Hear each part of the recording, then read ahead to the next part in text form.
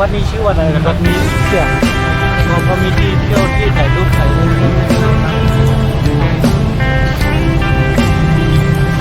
ก็วัดนี้เอาเวลาชั่วโมงนึงแล้วกันตอนนี้มันมีหลายรอบกับพวกกันเนาะเพื่อไม่ชนบอกเที่ยงมาครับอยู่ว่าได้ลุ่มล่าเหมือนอย่างไรในก็ชนบอกว่าเนี่ยถ้าจะสบายทางทำได้นะหลังว่าในมืดไทยลุงเฮมฝาในห้องของพยางูในชุกเรียกเขาเห็นจังกูเรียกเลยอย่าไปอั้นต้องไปเอาไว้ตรงล่างกันหน่อยตั้งบ่ายโมง10 นาทีครับครับบ่ายโมง10 นาทีก็แล้วลงวันที่ลงไหนต้องเดินทางตรงนั้นครับจะลงมันทำข่าวทำพูดนะครับจ้องตรงเขาว่ามัน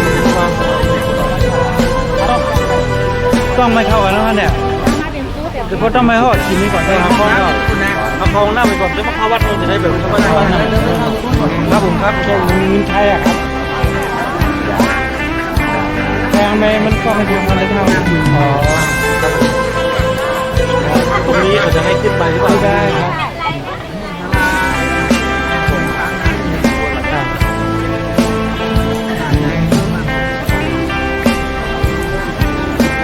กินข้าวกันชาวคนในพระรามาว่านะเรื่องของเรื่อง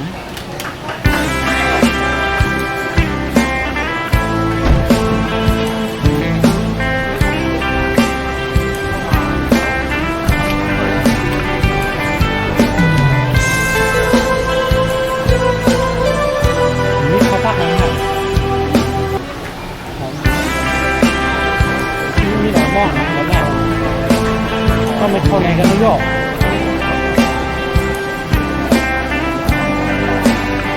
แล้วก็ต้องไปต้องเอาชิ้นเข้าฝา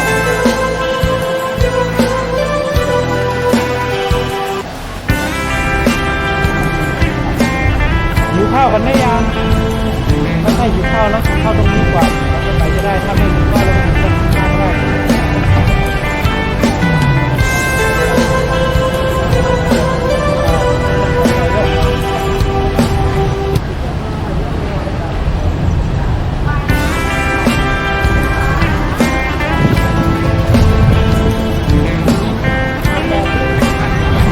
ต้องไปเขาถึงกันได้เพราะผมบอกว่าผมต้องไปตั้งนาน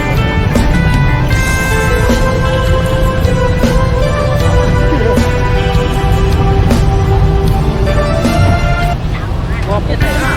พวกกับพวกตอนนี้เขาไม่ทำด้วย